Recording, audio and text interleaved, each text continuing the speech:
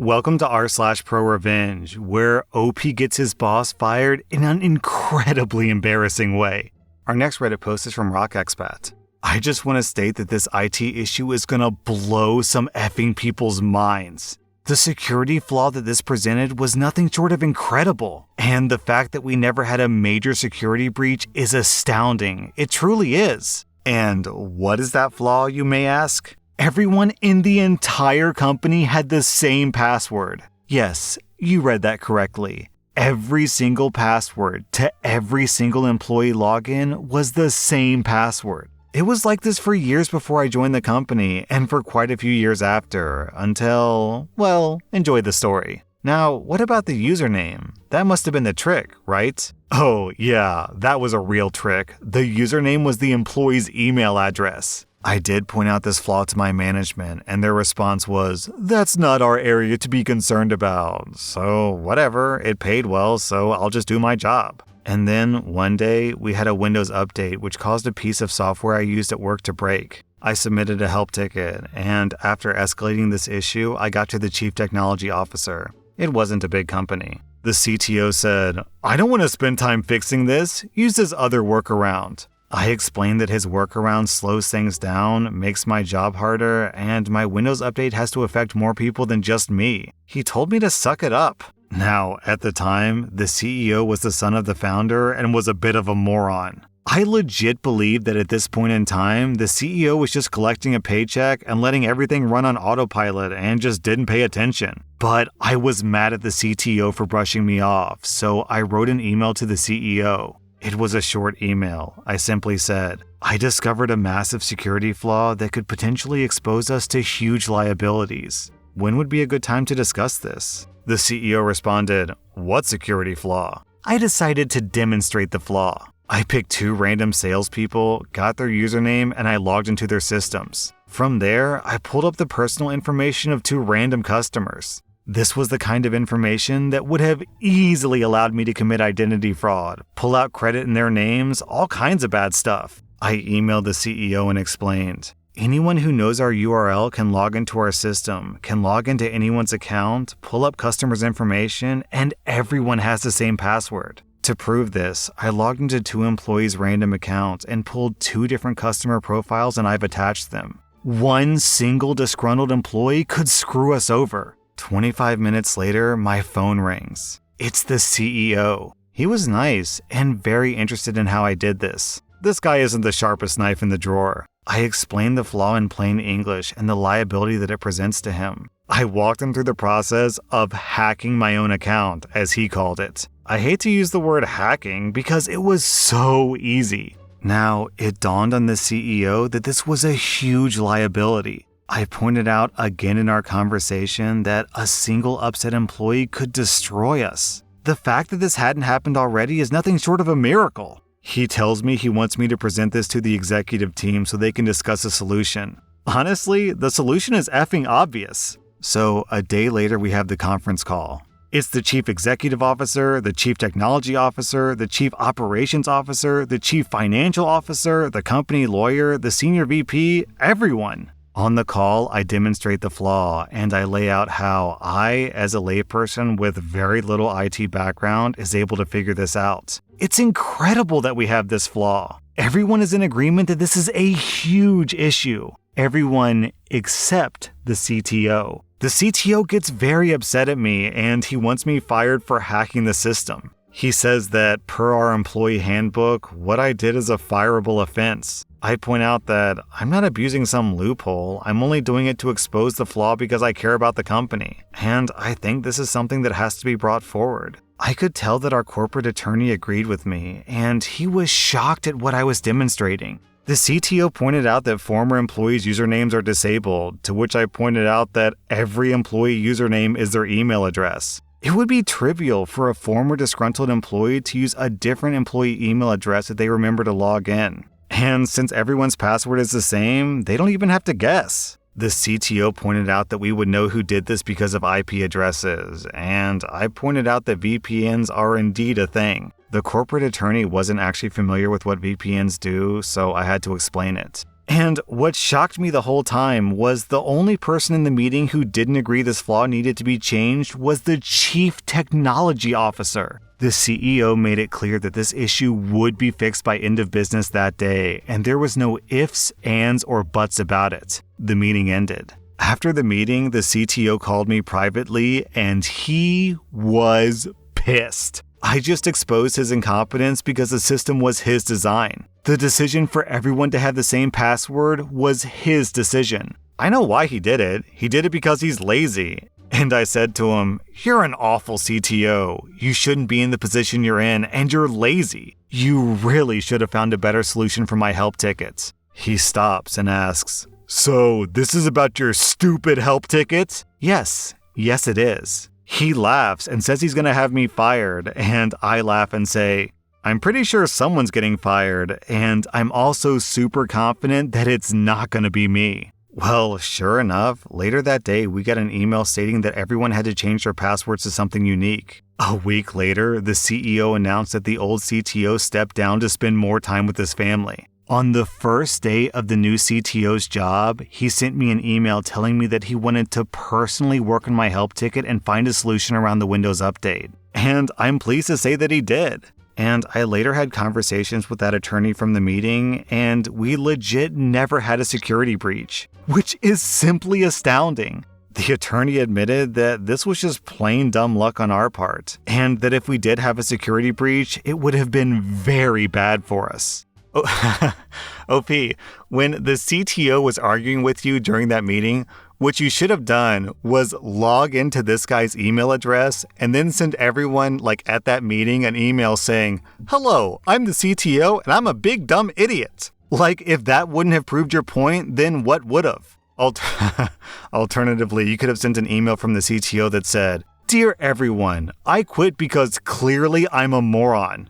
Our next Reddit post is from Pugsy. Some years ago, I worked at a logistics facility, and leadership had a way of adding workload to middle management. Rarely did any of them last more than 3 years before they either got disillusioned or changed jobs somehow. After working the floor there for 2 years, I was promoted to a team leader, and after 3 years as team leader, I became shift leader, managing a shift of about 60 workers. We did pretty well. No other shift at this facility or other facility could match our performance, and we did a lot of cross-training and on-the-fly adapting to the ever-changing needs of the company. I found the work to be interesting and challenging, until I got a new manager who was hell-bent on micromanaging. It didn't take long before he wanted me to write a detailed log of how I spent my days, hours, and minutes. I told him this was a really bad idea, but if he wanted this, then I would of course comply.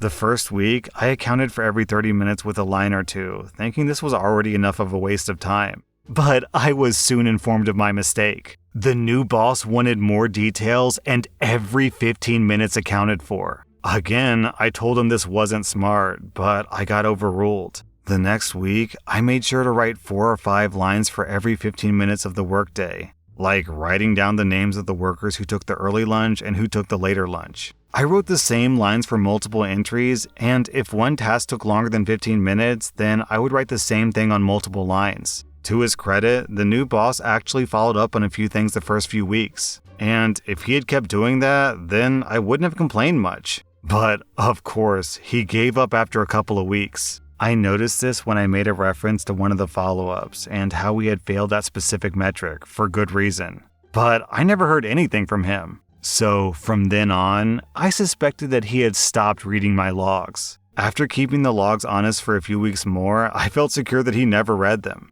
I started adding a few tidbits of my own making. At first, it was a line that said that if he used a certain phrase when talking to me next week, I would buy him a soda. He never used any of these phrases, and thus, he never got free stuff. An example of a phrase could be, "Pineapples are best served hot," or "apples are sweeter than oranges." General statements, but unlikely to pop up randomly in conversation. My boss still claimed that he read every single one of my reports, and he ridiculed me for claiming that it was a bad idea. As the weeks went on without having to pay up, my malicious compliance kept getting bigger and bigger. Eventually, I promised him $100 in cash if he would talk to me about a specific picking location in our facility during the next week. He didn't. But, of course, I also started writing many relevant things into the logs, like questions for him on how to solve potential problems, telling him he needs to start planning for vacations well in advance of the holidays, and so forth. Still, I got no response in any way, shape, or form. If he really did read them, why not use them to get questions and potential problems on the record? So, after a year of writing logs that were never read and hadn't been opened since I saved them in the assigned folder, our great leader got himself into some trouble and tried to shift the blame onto his underlings. We did not appreciate that, especially when the cause of that trouble was written in clear text in these logs from the very first moment we discovered there might be a problem, all the way up to where it was an ongoing hindrance that cost us more and more time and money every week. Eventually, a big meeting was called with all the foremen, team leads, shift leads, and middle managers, with several big brass observing our boss trying to fix the situation. Whenever my boss went for one of my people, I stood up for them, and I told them that I took responsibility for the entire shift. There was no need for him to call out my people, because I was there and it was my responsibility. A gleam in his eye told me that he was about to make me the scapegoat, and I sat there calmly while he tore me a new one. He didn't hold back, and he really gave me his all, to such an extent that several of the big brass started stirring uncomfortably. They could probably sense that he was overplaying his hand. After his tirade petered out or he had run out of steam, I asked him if he was done. And if he was done, could I reply? He agreed and leaned back in his chair, confident in his character assassination of me. I took out my laptop, connected it to the big screen so that everyone could see, and I opened the folder where my logs were saved. I pointed out that they hadn't been opened in a while, and that track changes had been activated and no changes had been logged by his user. My user account was the only one who made the logs, edited them, and saved them. I then pointed out the log entries where we discovered the problem and how we tracked its development until it became the big problem that it was today. One of the best moments was when I could show everyone that we had, in fact, suggested several solutions to the problems many times. I'd also logged that we had several meetings discussing the problem, its causes and probable solutions, and sometimes even directly asking my manager what he thought about them. These logs proved that we had told our boss about the problem many times in many ways, but there was never a log of any solution or response from him.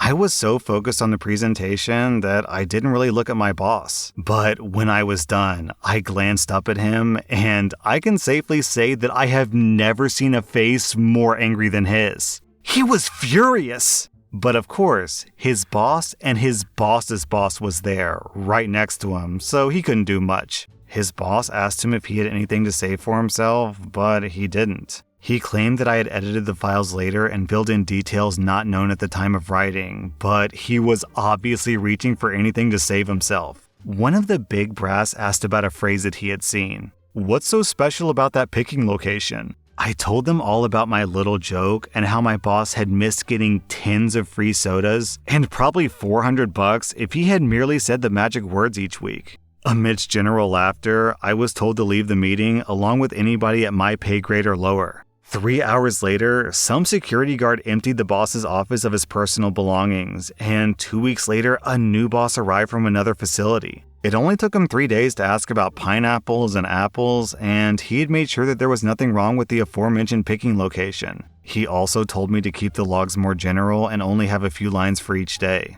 but to also mention things of high importance directly to him. The new boss and me had a great relationship, where he left me and my shift mostly alone, and we kept topping out our performance for the rest of my time at that company. The micromanaging boss that was fired eventually found a new job at a lower level at another company, but he only lasted a year. 5 years later, I saw him selling used cars in a neighboring town. Life has not treated him well. Down in the comments, Frankie Mint has this story. Oh, the things that don't get read. My boss removed his company ID at my station and left it there for a while after walking away. As a joke, I used white tape and a typewriter to type the words Tootsie, trimmed it for his badge, and covered up his first name with it. I thought he'd notice it immediately, but no. He wore that badge for a week in a dozen meetings before someone asked him if Tootsie was really his first name. Yeah, It's kind of funny because literally my entire channel is built around the idea that people just don't like to read that much. I mean, there's lots of great content on Reddit. There's really amazing content. But like filtering through all the stories to find good stories, and like when you open up a post and it's, several thousand words long, it's like, I don't want to read this. What if it sucks? So yeah, my entire career is built around the idea that, reading is kind of lame. It's 2022. New year? How about new earbuds? I recommend getting Raycon earbuds. After all, if you're going to listen to r/episodes, you may as well listen to the best earbuds you can get. I recommend them obviously because they're sponsoring my channel, but honestly, they're the earbuds that I personally use. I use them, my wife uses them, my brother uses them. Why? Because they're high quality, long lasting with 32-hour battery life and 8 hours of playtime, and they're more affordable than other earbuds on the market. Seriously, they're like half the price of other earbuds. I really like them because they don't fall out easily at all, which really feels like a must-have for earbuds. After all, if you're wearing earbuds, it's often because you're out and about, like commuting to work or walking the dog. It doesn't matter how hard I shake my head when I'm wearing them, they just don't fall out. They also have super comfortable gel tips, and if you don't believe me, then check out the 48,000 5-star reviews. You can get 15% off your order by going to buyraycon.com/r/YT. That was r/Prorevenge, and if you like this content, check out my podcast where I publish the exact same episodes. Also, hit that subscribe button because I put out new Reddit videos every single day.